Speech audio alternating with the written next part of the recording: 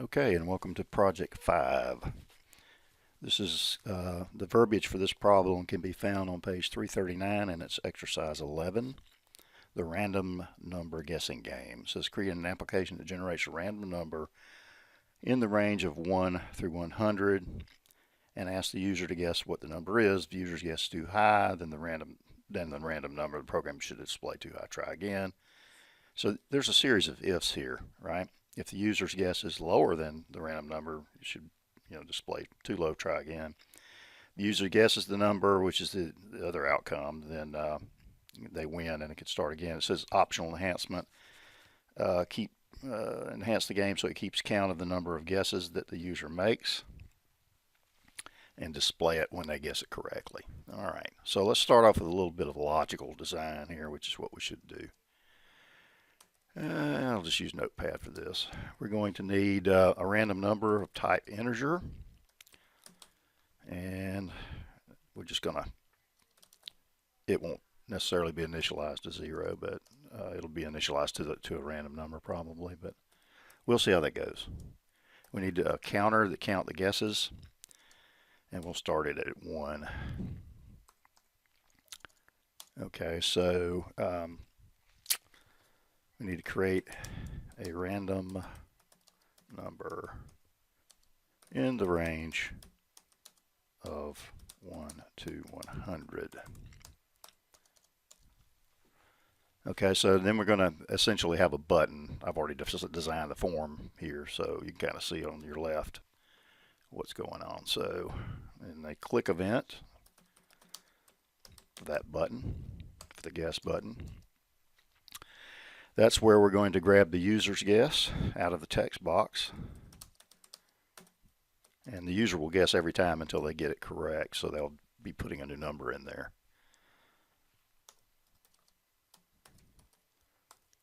And then we'll make a comparison. So we'll have the series of ifs as stated in the problem statement. If the user guess,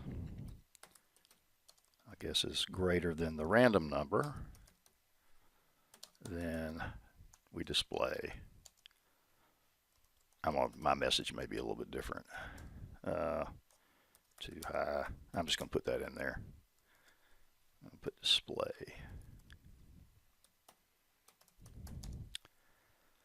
All right. I don't really care about the text as long as you got it working. And then we have to increment count by 1. Let's just do it like this, since we're going to be putting in code anyway. I can increment it by 1. And I'm going to copy and paste this and modify it. Else if guess is less than random, then it's too low. This should be a relatively easy problem to solve. And we increment count. Else, guess what? If it's not lower than or higher than, it must be equal to. User wins. And basically we just display a message that says you won. You guessed.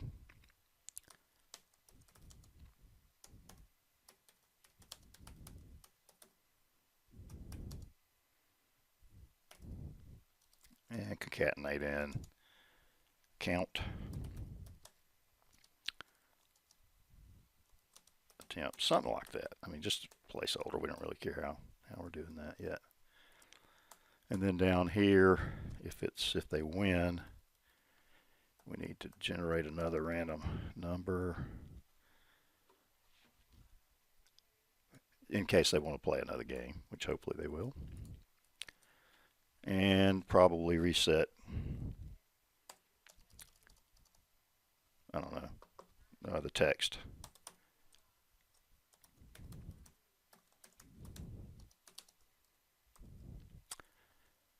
And let's see, down here, regardless of whether they do anything, we're going to set text guess dot selected. and text guess. I can't remember. I have to look that up. Dot focus. We want to make sure we put the focus back in the text box so that they won't have to click on it. Okay, well, I think that'll get us started. Now, remember in the logical design from your 150 class, you're only concerned with what you need to do, not how you need to do it. Okay, so there's our logical design. Now we need to get in here and figure out how we're going to do something. So we have two buttons, a label, and a text box with the appropriate names. And let's go to code view. Okay, as you can see here, I've already got a couple of events. I've got one for the exit button, the click event handler, and I've got the form main load event, because before the form shows up, we need to have the first random number. That's all that's going to be for there. And then this is my button new game click event. You could call it guess. I think I named it wrong to start with, but it doesn't matter. Button new game's fine. I was intending on doing it a little bit differently, so you could call yours button guess. It doesn't really matter. At this point, I'm not going to start over just for that, but as long as you name it something other than button 1, it's okay with me. All right, so first thing we need to look at is our method level or form level variables, okay? We need to be able to see these everywhere. Okay, so they will also maintain their state. So we need to declare these up here right under the class designation. So let's do that. Okay, so I've got two integers. One's called computer guess. Let's just initialize it to 0, but we're going to get it later in this form main load. And both of these have class level scope, which means all these methods can see them. Later on, we get into classes, you'll see how to do that in private using access specifiers and setters and getters and all that sort of thing. Depends on the language, but it'll be abundantly clear at that point. And this counts the user's guesses. You always start at 1. It just makes it easier. You could start at 0, but then you have to increment it before the first guess, so it's kind of up to you. I do it this way. Okay, the exit button is straightforward. Now in here we need to go ahead and set up our first random number. So what happens is the form load event, as that form is loading into memory, this event fires. And that happens before the form actually shows up, before it's displayed to the user. We just need the first random number here, so we need to figure out how to do that. And if you've worked your way through the textbook, you already know how to do a random number, because they had a 50-cent coin flip. It basically does the same thing. The difference is I'm doing it between 1 and 100. Next is an overloaded method. It can take 1 argument, 2 arguments. So what I'm doing here is I'm creating a new object called rand of type random. And I'm breathing life into it using the new operator here. And this is the constructor for random. It's the default constructor. Doesn't have any arguments. You can have multiple constructors. You'll see that when we get into classes. Here's computer guess. So what I'm saying is get me the next random number from the rand object between 1 and 100 and put it in here. So now it's stored there sort of in a static way so that we can continue to see it when we move into our click guess button event handler. So let's take a look at, that's where the meat of the program is going to go.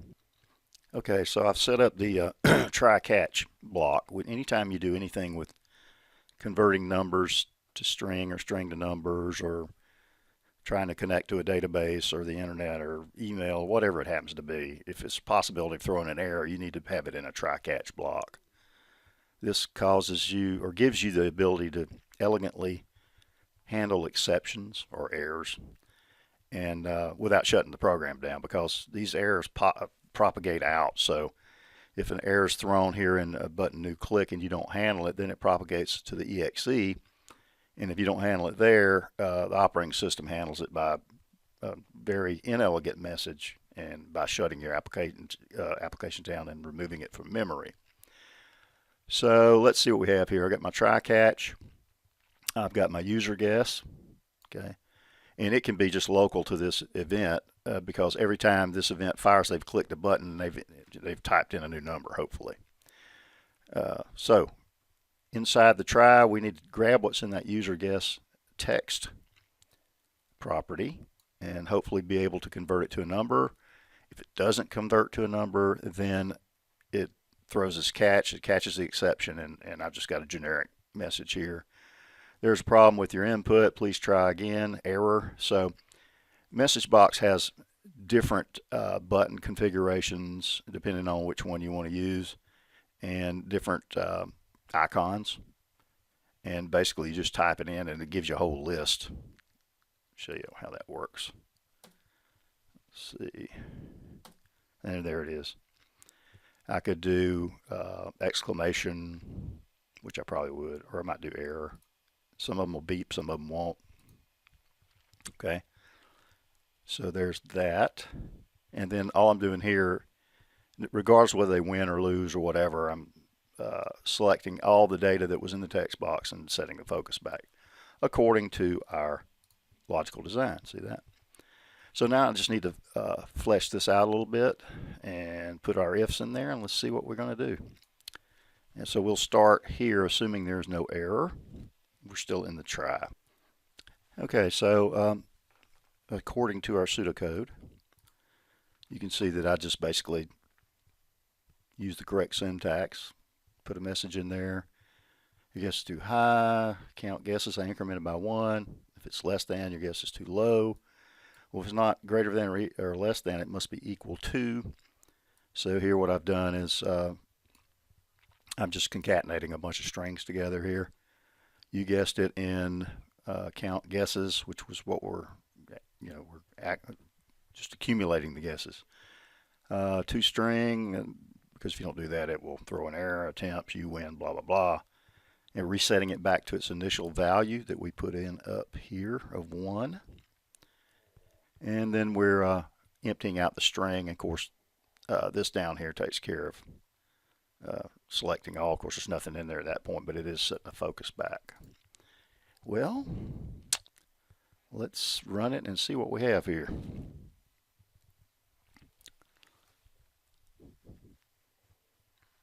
Okay. Let's put in 100. And don't forget, you can put breakpoints in here and add watches to see what's going on. You already know how to do that, though. Okay, it's too high, so let's do 75. So that's the first guess. Too high, that's the second guess. Let's do 65.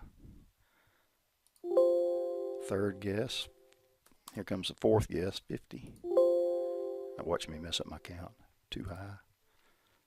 Fifth guess, let's do 40. Too high still. Sixth guess, let's do 35. I'm going to quick count because I'm going to lose track. Well, I've already checked it, so I know it's working right. Gosh, it must be a pretty low number then. Get too low. All right, 25. 20. 19. Oop, 21. Too low, it said. 23. Whoops, sorry. 24. See if that got it. You guessed it in 12 attempts. That's probably I'm not very good at this game, apparently. All right, there's a couple other things. Let's exit it. A couple of things I want to show you. One thing I didn't do, but I'm going to do it now, or momentarily. Let me close this. You can set some properties at design time for text boxes. Like, for example, I know the highest number is going to be at 100, right? So I've set the max characters allowed in this text box to 3. Let's see where that is. Max length 3, right there. It goes all the way up to 2,000 something or 25,000. I can't remember how many characters, but way more than what we need. So you can kind of eliminate them putting in too big of a number without having to check it. It doesn't help if they put in an alphanumeric number or garbage, but they're only going to get 3 characters in there. All right. Now let's take a look at the tab order, which is not correct on this one. So if I hit my tab, it starts out in the correct spot, which is where it should, but then it goes to exit and then guess. I want it to go from here to here to here. All right, and how do I do that? Well, let's view tab order. So you go to the view menu, tab order. Notice that the label has 2 and this has 1, this text box. That's 4 and 3. So let's start at 0, and I'm going to explain this to you in just a minute. 1, 2, and 3. All right. Labels cannot take focus. So if you set the tab order to 0, it's going to throw it to the next object in the tab order, which is the text box, which is good because when you pair these up, you'll need to keep that in mind, because if I had another set of these, because this is associated with this text box, it's a label for it, and I wanted to tab through, I could go 0, 1, 2, 3, 4, 5, and thusly. That'll basically throw me over from the label to the text box. Then when I tab, it's going to take me to guess, and then I tab, it's going to take me to exit, and then it'll start again. So let's try that. See how that works. Tab, tab, tab, tab. Okay, great. That ought to get it for you. I can't think of anything else I need to go over. So it's pretty straightforward. It's not a very difficult little project at all, but I thought I'd throw a couple extra things in there for you. All right, see you on the next one.